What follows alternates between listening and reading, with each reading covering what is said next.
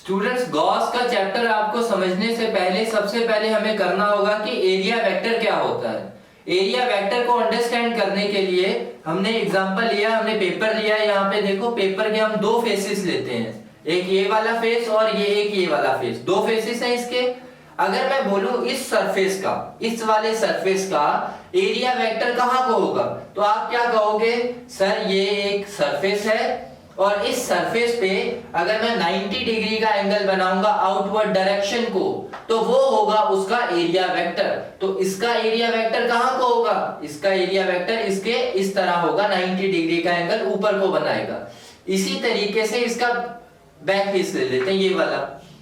जब इसका ये सरफेस है S और इसका एरिया वेक्टर कहां को होगा, इसका एरिया वेक्टर भी क्या होगा, आउटसाइड को। मतलब ये हो गया कि इसका एरिया वेक्टर इधर को है और इसका एरिया वेक्टर इधर को, दोनों का अलग अलग डायरेक्शन को है, लेकिन दोनों क्या कर रहे हैं, 90 डिग्री का एंगल बना रहे हैं। ये भी अपने साथ 90 बना रहा है और ये भी अपने साथ क्या बना रहा है, 90 डिग्री का एंगल बना रहा है। तो सरफेस का फेस जहां को होता है उसी तरफ हम आउटवर्ड डायरेक्शन में नॉर्मल 90 डिग्री पे जो वेक्टर बनाएंगे उसको बोलते हैं एरिया वेक्टर। तो स्टूडेंट्स देखो, ये आपका एक सरफेस मान लिया मैंने, इसका सरफेस है टोटल S। तो अब हम बताएंगे इसका एरिया वेक्टर। अब हमने किया था ये सरफेस है, इस पे 90 डिग्री के पे अगर मैं बनाऊंगा कोई वेक्टर तो वो होगा हमारा एरिया वेक्टर। फॉर एग्जांपल अगर मैं यहाँ पे लिखूं ds, ठीक है, ds वेक्टर, तो उसको क्या लिख सकता हूं मैं, ds साथ में कौन सा, n कैप। n कैप क्या बताता है, नॉर्मल की डायरेक्शन, तो हम क्या लिख सकते हैं, n कैप। ठीक है स्टूडेंट्स, तो याद रखना ds क्या है आपके पास, एरिया वेक्टर। तो एरिया वेक्टर क्या होगा, ds इंटू n कैप, क्योंकि 90 डिग्री के एंगल पे बनेगा तो हम उसके साथ क्या लिखेंगे, n कैप। तो अब देखो स्टूडेंट्स, इलेक्ट्रिक फ्लक्स क्या होता है। इलेक्ट्रिक फ्लक्स का मीनिंग होता है कि कितनी इलेक्ट्रिक लाइंस किस एरिया से जा रही है। फॉर एग्जांपल आपके पास एरिया है इस तरह, ये एरिया है, तो आपके पास मैं सपोज करता हूं इलेक्ट्रिक लाइंस जा रही है इस तरह से, इस तरह से आपकी इलेक्ट्रिक लाइंस जा रही है। The number of line passing through an area is known as electric flux. तो फ्लक्स को किससे लिखते हैं, फ्लक्स की डिनोटेशन है फाई से, ठीक है, फ्लक्स को हम डिनोट करते हैं फाई से।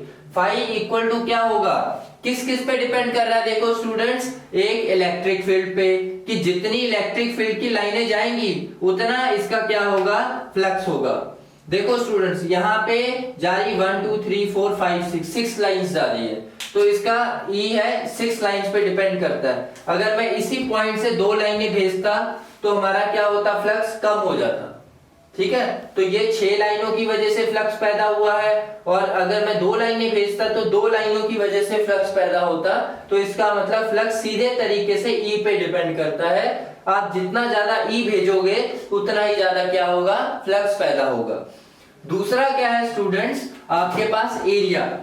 अब मान लो आपके पास ये एरिया था, अब आपके पास छोटा सा एरिया होता, ठीक है, ये इतना बड़ा एरिया, ये इतना छोटा एरिया, तो आप इतने छोटे एरिया से कम इलेक्ट्रिक लाइंस जाती, 3 जा रही है, और इस लाइन से कितनी जा रही है, ये वाली 6।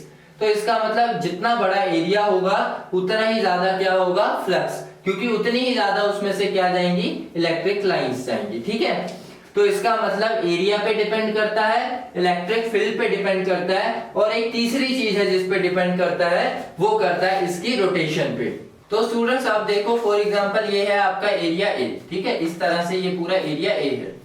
अब देखो ये एरिया ए कर दे, यहाँ से इलेक्ट्रिक लाइंस जा रही है, तो इसका मतलब क्या है, इलेक्ट्रिक लाइंस पे डिपेंड कर रहा है और एरिया पे डिपेंड कर रहा है। अब फॉर एग्जांपल ये शीट को मैं इस तरह से कर दूं, अब देखो यहाँ पे मान लो 10 इलेक्ट्रिक लाइंस जा रही है, तो उसका फ्लक्स 10 इलेक्ट्रिक लाइंस के बराबर आ जाएगा, क्योंकि E के इक्वल है वो। अब मैं मान लो इस लाइन को इस तरह से कर लेता हूं, इस तरह से, इस शीट को इस तरह से करता हूं। अब क्या होगा, लाइन जो इलेक्ट्रिक लाइन आ रही है वो सीधा इस तरह से जा रही है, देखो ऐसे, सरफेस से गुजर के नहीं जा रही, देखो इस तरह से जा रही है।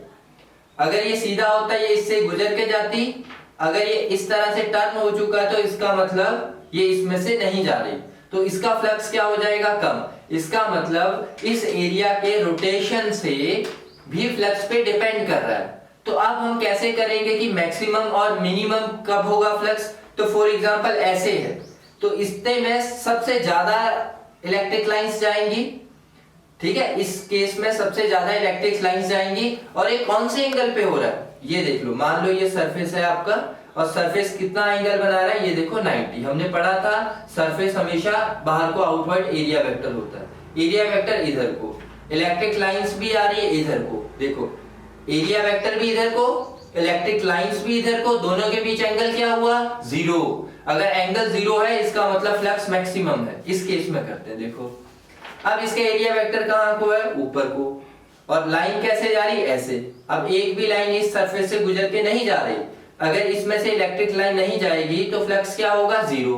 लेकिन अब देखते हैं एंगल कितना बना, ये देखो एरिया वेक्टर इधर है और एंगल ऐसे बन रहा, तो एंगल 90। इसका मतलब जब एंगल 90 बनाएगा तब फ्लक्स 0 होगा। जब एंगल एरिया वेक्टर के साथ एंगल 0 बनाएगा तब फ्लक्स क्या होगा, मैक्सिमम होगा। तो स्टूडेंट्स चलिए देखते हैं। तो इसका मतलब स्टूडेंट्स देखो क्या हुआ, इसका मतलब अगर आपकी शीट सीधी है, आपका एरिया वेक्टर भी बाहर को है और आपकी इलेक्ट्रिक लाइंस भी बाहर को जा रही है, इनके बीच एंगल 0 है।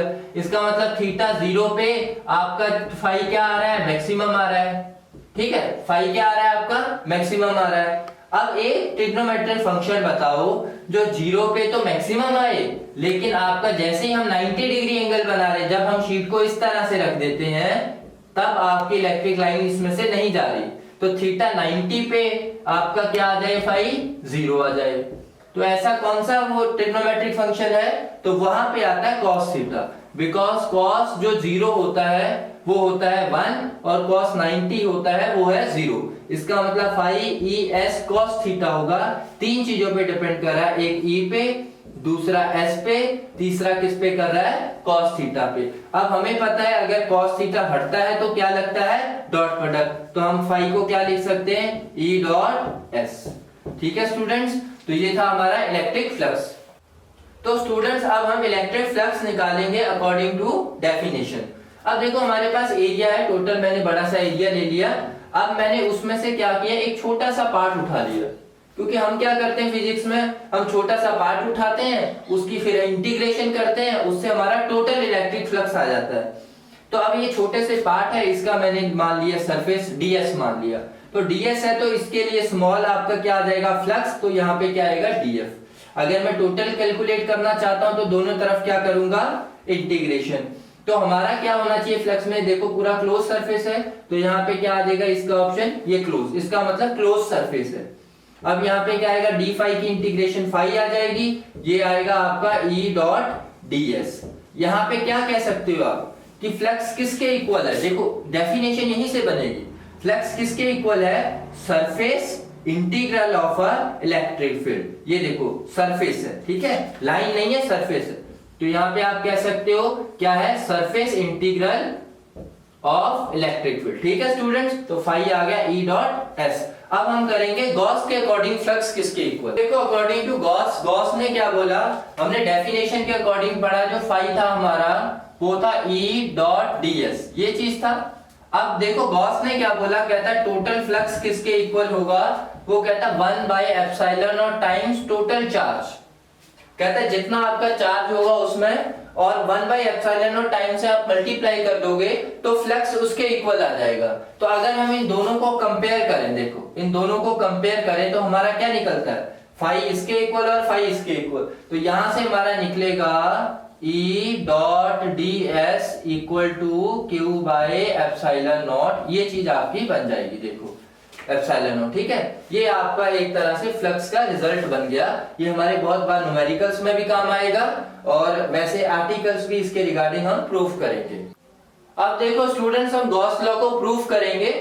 हमारे पास देखो इलेक्ट्रिक फील्ड क्या होता है, q by 4 pi epsilon naught r square. अगर आप इसको वेक्टर फॉर्म में भी लिखते हो तो हम क्या करेंगे, यहाँ पे वेक्टर डाल देंगे और यहाँ पे क्या डाल देंगे, r कैप, जो आपका डायरेक्शन बताएगा।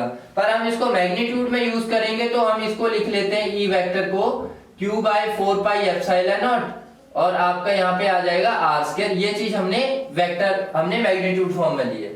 अब देखो हमने क्या सपोज किया, ये इलेक्ट्रिक फील्ड किसकी वजह से है, एक स्फीयर माना, यहाँ पे अपना चार्ज है, चार्ज की वजह से इसके अराउंड जो है वो एक सरफेस पैदा हो गया, गॉसियन सरफेस। ठीक है, अब इस पॉइंट पे हमने छोटा सा एरिया मान लिया ds, और हमारे इलेक्ट्रिक फील्ड की डायरेक्शन कहाँ को है, आउटसाइड, और ds एरिया वेक्टर है, और हमने बताया था एरिया वेक्टर का हमेशा डायरेक्शन नॉर्मल टू उसके आउटवर्ड होती है, तो एरिया वेक्टर भी बनाएंगे तो आउटवर्ड जाएगा और इलेक्ट्रिक फील्ड भी आउटवर्ड होगा, तो इन दोनों के बीच एंगल कितना हुआ, 0।